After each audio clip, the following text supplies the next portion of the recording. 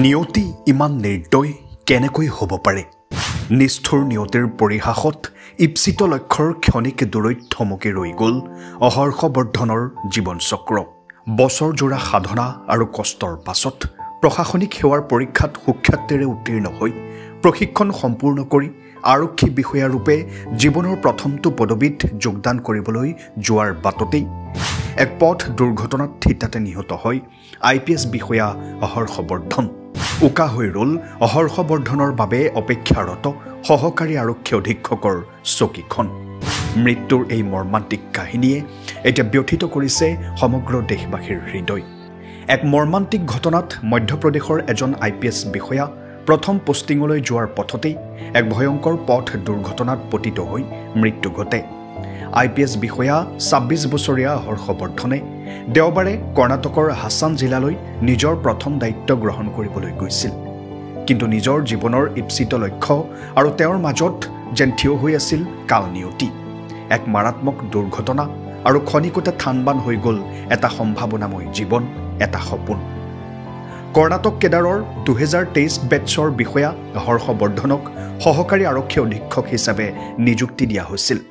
মহীশূৰৰ কৰ্ণাটক পুলিচ একাডেমীত 4 সপ্তাহৰ প্ৰশিক্ষণ সম্পূৰ্ণ কৰি নিজৰ প্ৰথম পোষ্টিঙৰ বাবে সাজু হৈছিল বিষয়াগৰাকী সিংৰাউলি জিলাত অৱস্থিত মধ্যপ্ৰদেশৰ দোচাৰ গাঁৱৰ বাসিন্দা হৰ্ষবৰ্ধনৰ পিতৃ অখিলেশ কুমাৰ সিং এজন মহকুমাধিপতি আৰু তেওঁৰ পৰিয়াল বিহাৰৰ অহৰ্ষবৰ্ধন পূৰ্বে পেছাত এজন চিভিল ইঞ্জিনিয়াৰ আছিল আৰু প্ৰশাসনিক বিষয়া হোৱাৰ সপোন দেখা হৰ্ষবৰ্ধনে দিনে নিশাই কষ্ট কৰিছিল লক্ষ্য প্ৰাপ্তিৰ বাবে কিন্তু নিয়তিৰ পৰিহাস অধীৰ আগ্ৰহেৰে বাট চাই থকা দিনটোতেই জীৱন পৰিক্ৰমা সমাপ্ত হ'ল দুৰ্ভগীয়া হৰ্ষবৰ্ধনৰ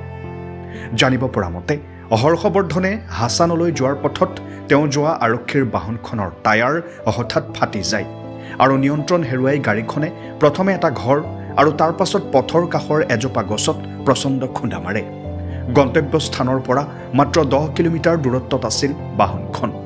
আৰক্ষীৰ সূত্ৰ অনুসৰি হাছান জিলাৰ কিটানেৰ সমীপত বিয়লি প্ৰায় 4:20 বজাত সংঘটিত হয় এই ভয়ংকৰ দুৰ্ঘটনা IPS বিষয়াগৰাকীক ততাতৈয়াকৈ হাছানৰ জনপ্ৰিয় চিকিৎসালয়লৈ প্ৰেৰণ কৰা হৈছিল উন্নত চিকিৎসাৰ বাবে তেওঁক বেংগালুৰুৰ এখন চিকিৎসালয়লৈ বদলি কৰাৰ প্ৰয়াস কৰা হৈছিল যদিও মূৰত পোৱা গুৰুতৰ আঘাতৰ ফলত কৰুণ মৃত্যু ঘটে আনহাতে সামান্যভাৱে আঘাতপ্ৰাপ্ত হৈছে গাড়ীৰ চালকজন